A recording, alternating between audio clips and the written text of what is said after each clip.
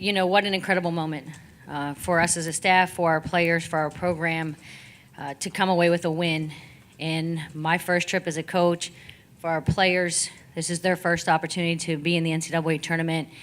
And just what a special moment. The enthusiasm, the energy in the locker room, it's just why you coach every single day. It's just seeing your players with the smiles on their faces and the reaction to getting a win like this, a signature win.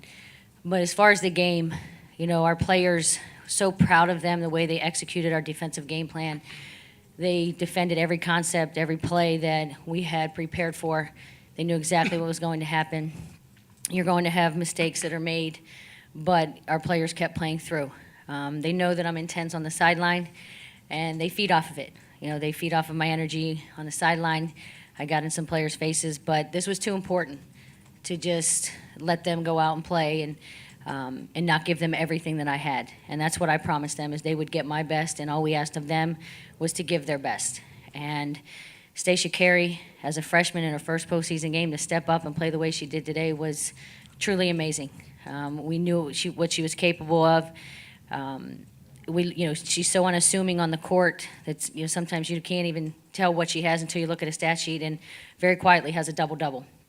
And then Brianna Kiesel, she is our point guard, our leader. She's fearless, wants the ball in her hands, and really they did a great job, I think, of pressuring her, trying to disrupt her, but she kept her composure, made plays, hit free throws. And we always talk about, we win as a team, we lose as a team.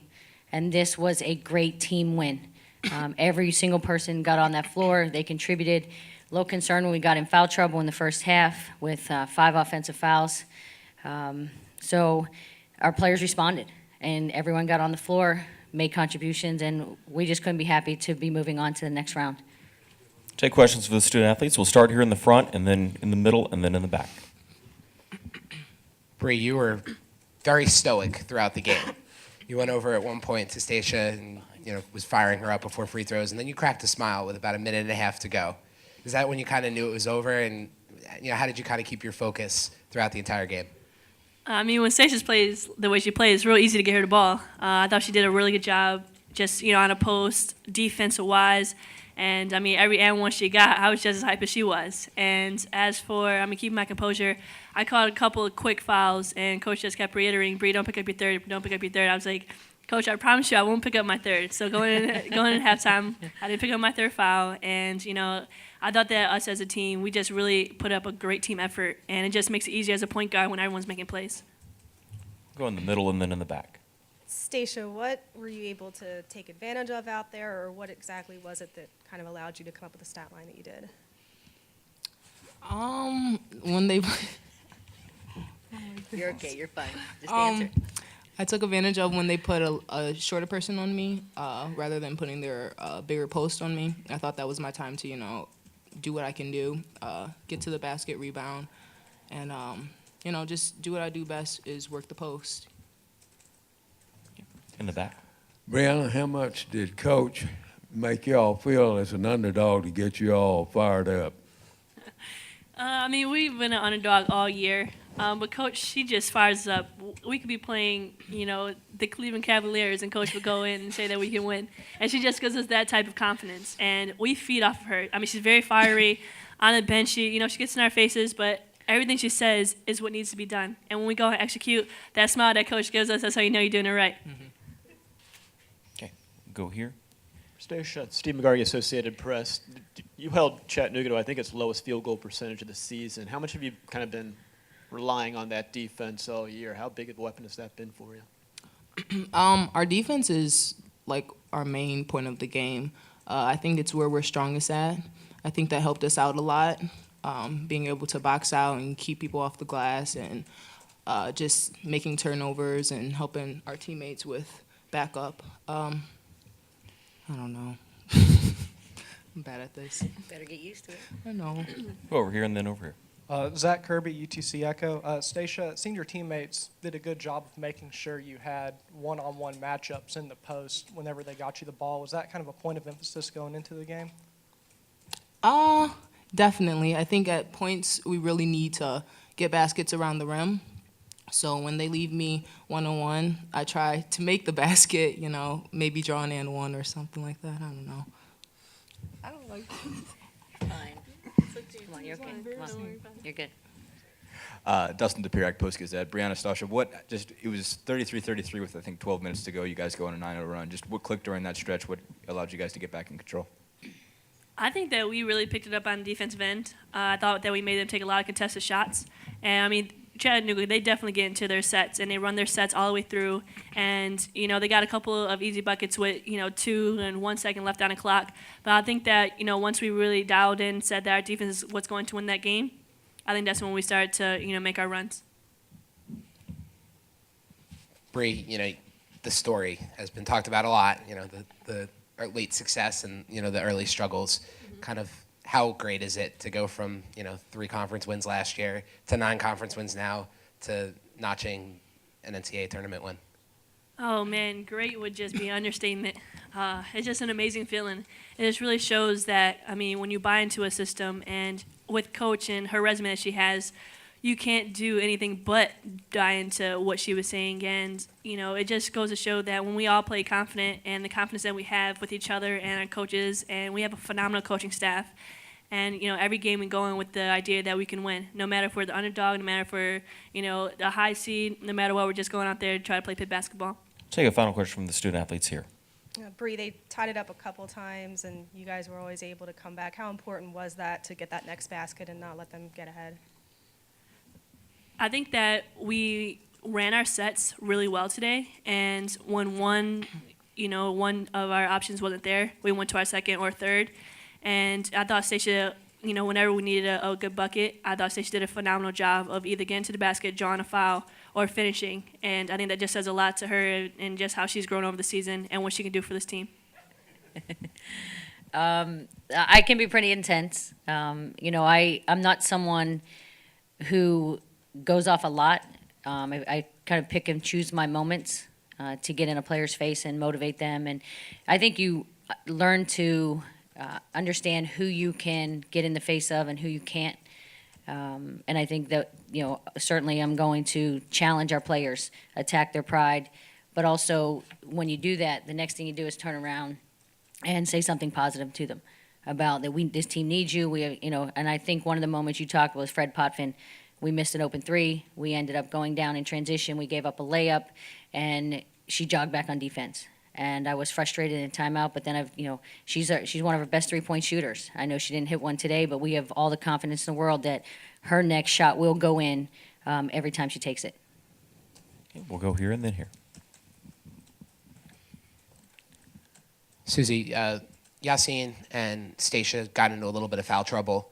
Can you talk a little bit about Cora coming in and giving you some really good minutes and giving you some offensive punch when you really needed it?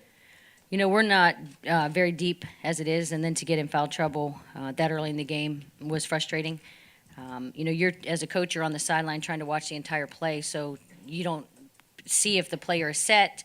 The block charge, it's at the other end of the floor. We had 5 of them in the first half, and we have 8 players in uniform capable of playing. And my daughter, who was playing 1 year of basketball, ended up spelling Bree for the last minute and a half. Ended up coming in because we were in foul trouble. We had 3 players with 2 fouls. We needed to get them off. So the game could have turned drastically with the foul trouble that we were able to sustain it. But Bree, she's a very smart player, and that's why some players you'll sit. Yassine was someone we sat with 2. Bree, we won't sit with 2. She's smart enough not to get her third, and it's sometimes a fluke. A lot of times if she does, but that was a concern, and we thought that they would go at the 3 of them right at the beginning of the second half. We're right here and then over here. Coach, this is a kind of a follow-up on the foul situation. So you had 7 fouls in the first half to 4 for UTC. The exact opposite happens in the second half. What were you guys doing to draw some fouls and to get UTC in foul trouble, which they don't normally get into? Well, the first thing we talked about is always being under control. We were penetrating. We were not coming to a jump stop. We were continuing the move, and they made great reads stepping in front. So, we had 14 turnovers. 5 of them were offensive fouls in the first half. So try to make that adjustment of always playing under control in the second half because, they obviously watch film, and some of our players are prone to getting offensive fouls. Defensively, for them, we were trying to just be more aggressive going to the basket. We were running our sets. We were getting open looks at three. We weren't hitting them. And so the goal was to start attacking the basket, to get to the rim. And we felt Stacia was having such a good game that we wanted to attack the basket. So, we were running scenarios where Monica Wignot's setting screens, and we know that they're keying on Bree. They're icing the screen, not letting her use it. They're helping on the other side. And it was isolating Stacia one-on-one on the block some. But we just at this point in the season, you just got to make plays. And we need to be aggressive and step it up. And I thought if we could get out in transition, they ended up sending 4 players to the boards, and it seemed like the 5th player was going at Brianna Kiesel. So if we could get defensive stops and rebound, that we could get opportunities in transition. Right here and then here. I think you said yesterday that it was kind of bittersweet going against Coach Foster because you have so much respect for him. What was the experience like, I guess, of just coaching against him on this stage? During the entire game, you don't worry about who's on the other sideline. There was a lot of talk prior to the game about the relationship that I have with him, and walking to that half court to shake hands and seeing him, that's exactly what I said to him, is this is bittersweet. Because I have so much respect for him. I think he is one of the best coaches in the game. I'm so happy that he's still coaching because he just has so much to offer to his players. And so as happy as I am for our team and our program, it was hard to look at him shaking his hand. We'll go right here. Coach, you talked at the beginning about the defensive game plan being executed well. I guess just what were I guess the key points of that defensive game plan? What did you guys execute well specifically? Well, we talked about, they run an offense out of a 2-1-2 set. They run a lot of on-ball screens. How we wanted to defend personnel. I have to apologize. I'm a numbers person. I'm not a name person, this preparing for a team. So number one, we were talking about going under on-ball screens. Everyone else, we were going over on-ball screens. We wanted our post players to be able to stay home because they do a great job of coming off, hitting the post on the roll, that our post players were supporting, not hedging. Late in the shot clock, there were some times we talked about switching other than with the 5-player on the floor. So 1 through 4 would switch. But we defended their back doors. We defended their dribble handoffs, their on-ball screens. We didn't get out on a couple three-point shots, but they got aggressive with the offensive glass late in the game where we gave up too many offensive rebounds. But we got some shot clock violations, got it down to 1, 2, 3 seconds on the clock, and we knew they were very deliberate, that we just couldn't fall asleep. They sometimes just lull you to sleep watching them, and then they get a back door. We just had to stay, and we talked about defending the entire possession. And when we got stops, we were able to create off of in transition off of our defense when we got rebounds. Right here. Coach, you brought Yassine back with about 12 minutes to go, up by 2. Chattanooga was on a big run. Do you remember why you brought her back at that time, and do you think that was a huge turning point in that game? From that point on, you basically had the game in a stranglehold. The momentum changed when Yassine's on the bench. She's not a huge scorer for us, but she does so many of the little things. She defends well. She rebounds for us.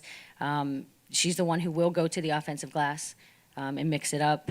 She'll attack the basket. She's the only player that we have that has some versatility. We didn't do it today, but she could have gone to the 4 spot to give someone a breather. But she's just very valuable because she does a lot of the little things with defense and rebounding especially. All right, Coach. Thank you very much. Congratulations. We'll see you back here on Monday. Thank you.